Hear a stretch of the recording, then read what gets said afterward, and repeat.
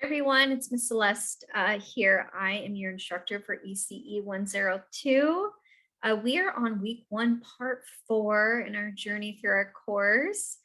Today we're just going to talk about cultural aspects and how we can support that in our curriculum and just the overall environment of our classroom. Before I get started, though, I do want to just give a little refresh. Just making sure that we are accomplishing all of our assignments. By now, I believe introductions have been done.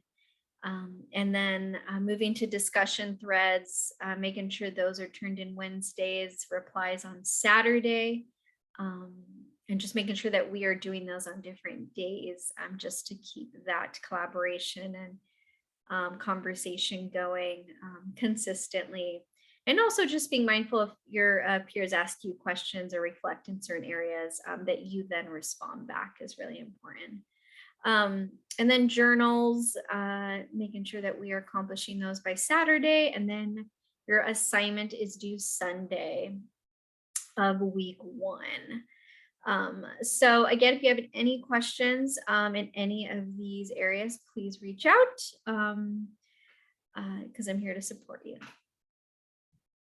All right, so this video is just really going to focus on recognizing just how we as educators really influence how personal attitudes, gender, race, culture, religion, etc., may influence the learning environment. And I really wanted, to bring up this topic because as much as some may think that our influences don't influence that, it's very far from the truth. And the reason why I say that is just because we all have different backgrounds. We all have different opinions based on our own experiences and how we view things and perceptions on things. And it's just a natural process that we all have.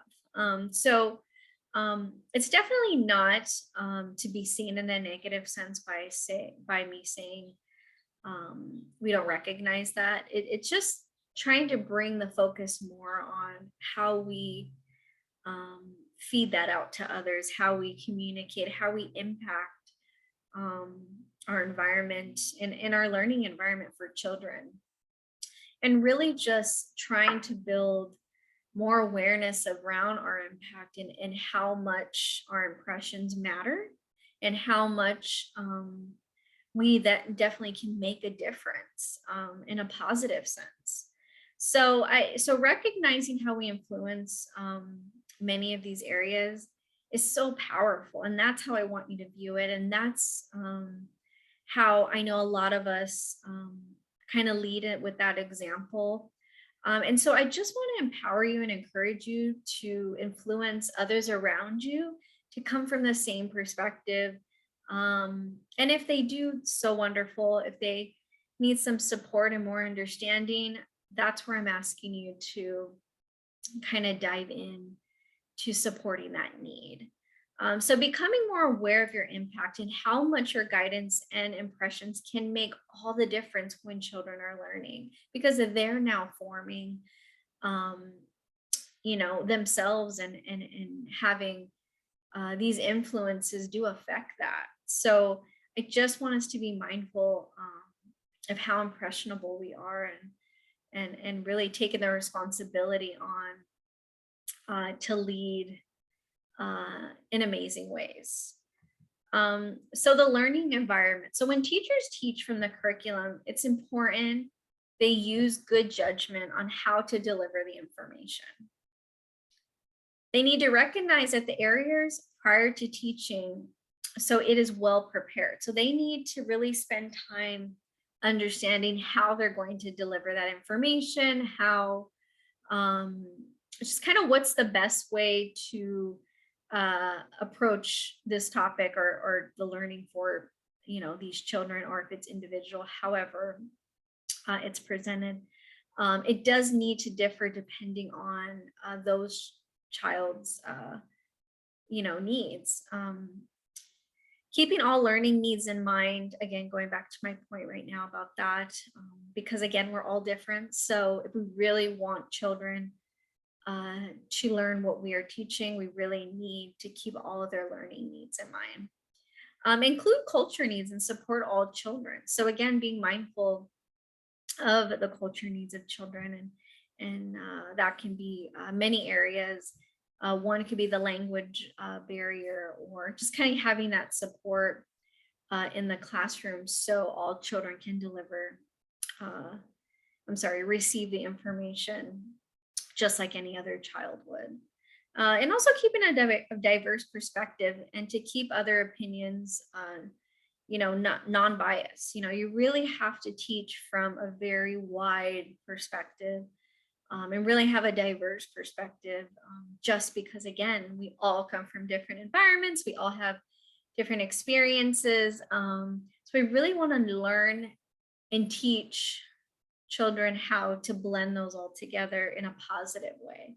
And it starts with us, it starts with, of course, home, it starts with many other areas, but the one area that we can lead and make an impression is really that learning environment at school. So I really encourage you to kind of self-reflect of ways that you are doing, or maybe areas of growth that you can approach your environment, just making sure that we are including the culture needs of all children. Of course, we want to increase positive, mindsets and positiveness, just overall. But research really shows that students are affected by a teacher's attitude. Teachers should focus on their attitude about content as much as the content itself. So, it's important that the teachers walk in to a classroom every day ready, prepared, happy, positive, attitudes, despite what, life throws at us, and every day's different, and we all have, personal lives and things like that. But we really have to kind of be able to change that,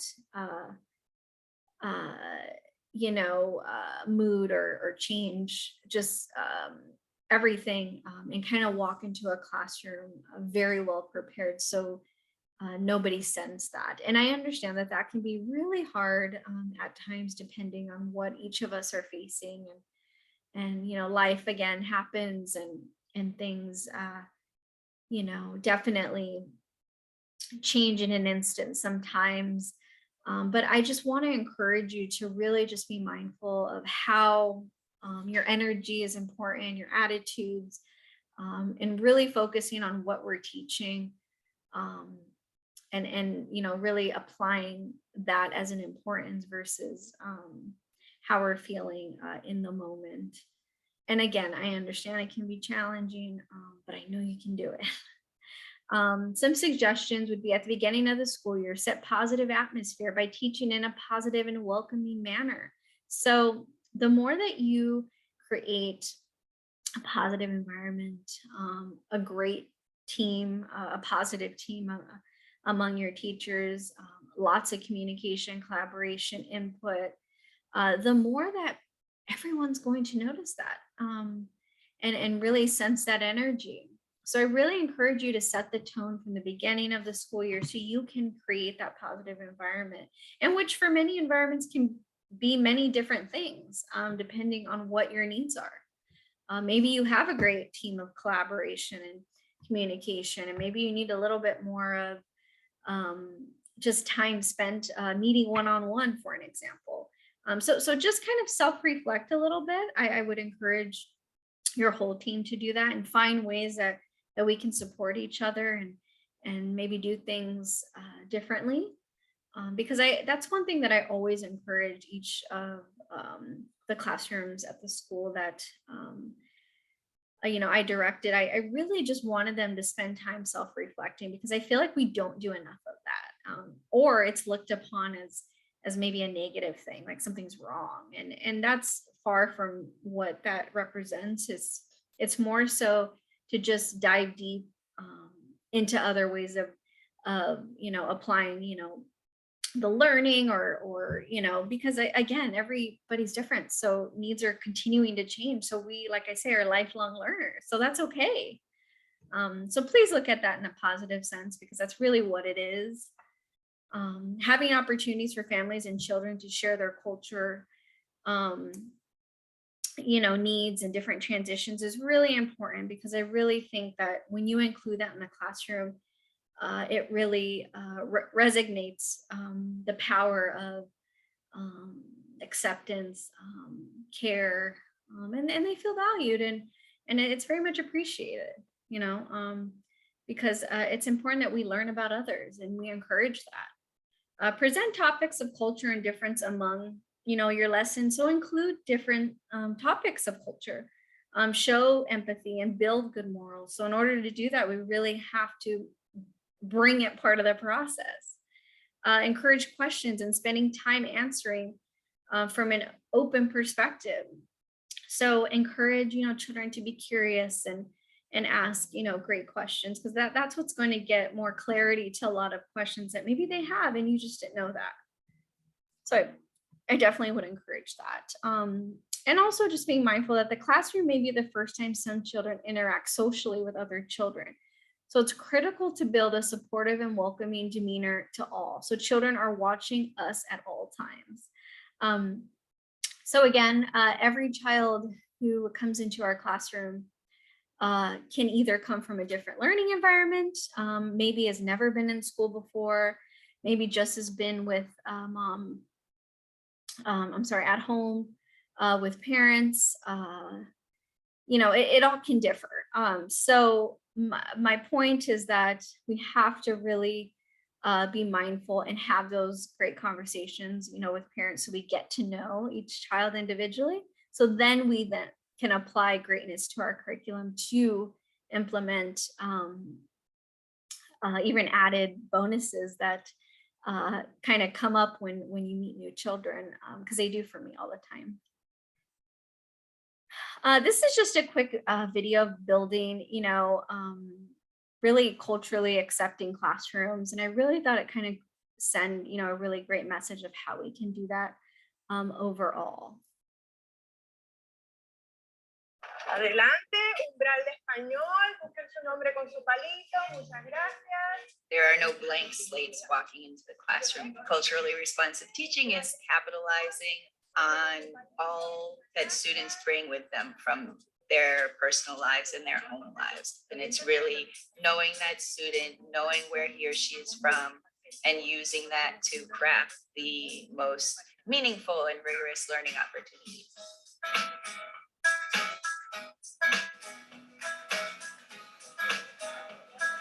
Here at Amigos, the bilingual school in Cambridge, Massachusetts, we are focused on culturally responsive, joyful education. The Barrows are at Hammondsworth. Culture responsive practice really is like widening our aperture as adult educators to consider a broader perspective on what strategies can then match with our students' needs if we really want to see more equitable outcomes for our students. One of the things that we're doing to support that work and our growth as educators are learning walks. Learning walks allow teachers to visit each other's classrooms to see how they are implementing new strategies. We are looking for evidence of equitable student participation, and we're looking to make sure that primarily there's a relationship there, because in order to teach that child, you need to know that child. Yep. We visit the classroom, take notes using our guide. Tienen un argumento bien fuerte, bien formado. Todos participaron. We are really looking at what instructional decisions are we making that will support students to have equity of voices, rigor, and consider their different cultures and identities, and really capitalize on that for them to feel safe and authentic and a sense of belonging into our classrooms. César. Ow. Ay, necesito evacuar. Hay bombas en todas partes. I'm really thinking about what are the different ways that one can organize the instruction, so there's diversity of access points to this language and literature, and for the students to be able to feel comfortable sharing what they know, sharing what they don't know. Como por eso dice hito en hito, como partes de su vida que lo convierten en quien es. I really thought that one of the strengths was your use of the vocabulary and then giving students the tools they needed to use it themselves. We come back together for a debrief. We look at questions that may emerge and any recommendations that we've come up with. Everyone ended up being engaged at some point. We were struck by the variety and the depth of voice that students were demonstrating in her class. We heard lots of different voices, and that was exciting to see and hear. We need to make sure that they all feel represented, they all feel safe to do their best learning, they all feel respected.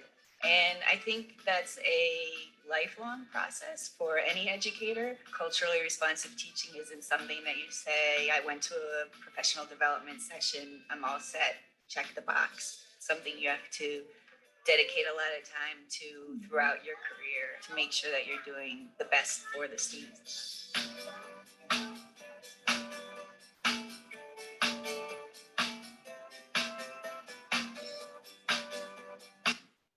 All right, thank you so much. So this was just really, a great example just to kind of dive into how to create that classroom for students. And again, it can be all different depending on our ages and how we introduce that. But it's really just introducing, different, languages, inviting, as we mentioned before, families to share, their cultures and just bringing it part of the community. So we are showing children that is very much accepting and very much valued and very much just a part of our school as a whole is really important, to do.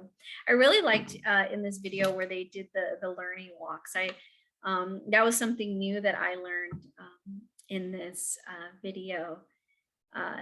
Is something that I would encourage, if you have the opportunity in your school setting to do, because it's very much different when you go into each classroom, when they're in the working mode or work time or whatever term that you may use, but just kind of seeing the flow, seeing the transition, seeing that process in action. Very much different. Seeing it, experiencing it, then maybe talking about it later or getting an example of what it is through words from, say, another teacher. So I would encourage you always to, as they call them, learning walks, which I love that term, to do, and empower you to kind of find other ways of doing,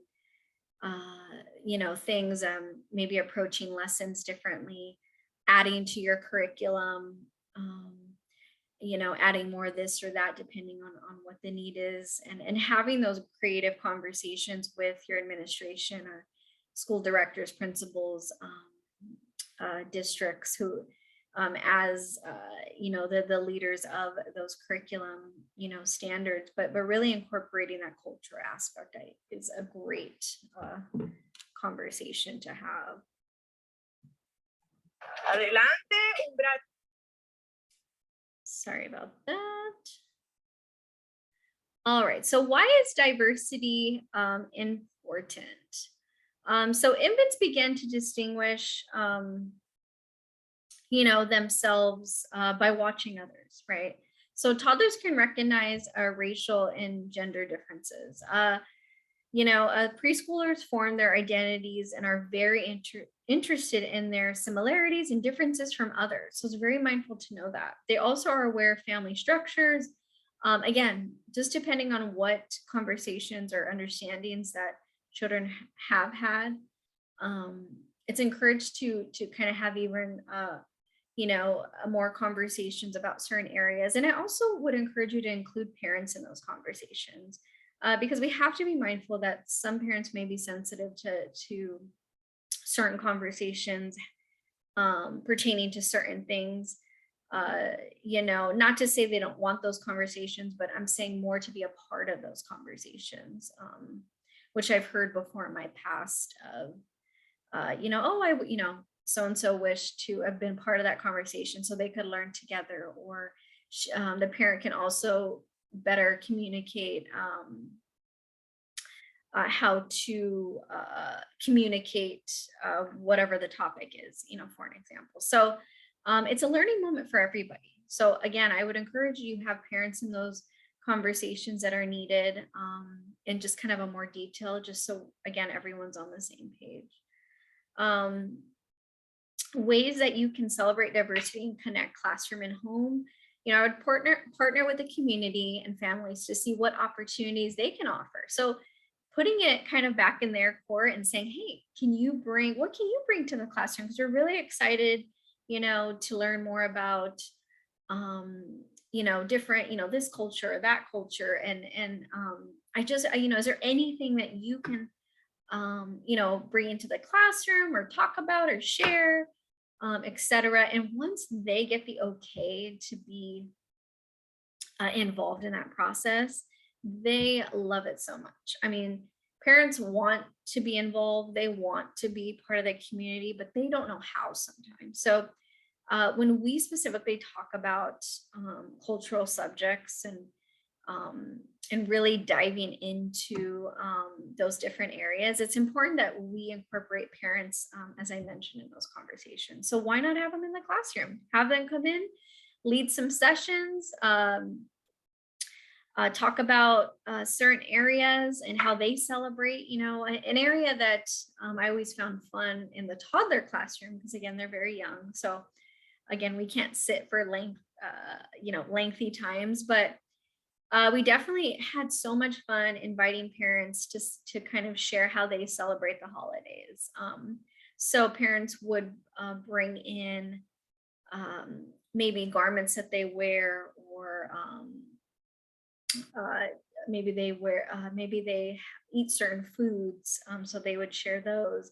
It would be the actual food or pictures, clothing, just any traditions that they have. They had so much fun, you know, talking about it, and showing the pictures and kind of getting the kids involved, and just really made them really a part of the classroom, and you know, really having that welcoming, inviting, you know, culture be highlighted and you know, really valued, because it is. But we have to give them opportunities to do that. Enhance the subject you are teaching and learning by incorporating examples. So again, just really kind of diving back and really figuring out how you're going to present this area, and bringing examples, visuals, of course, with younger children. It's important that we bring a lot of pictures, a lot of objects, a lot of just really hands-on visual learning tools are really great for, you know, toddlers and preschoolers, you know, things like that. Inviting families to cook, you know, building, play instruments, and sing, so are all part of their culture. So kind of going back to how I did, it's called Holidays Around the World, where we had families come in and share how they celebrate the holidays. And these are things that they definitely, you know, brought in or participated in, which was really fun. And it's just a great way to, you know, incorporate all the different diverse cultures. And it's really fun to learn about each of them and their different experiences. And I think children really benefit a lot from that.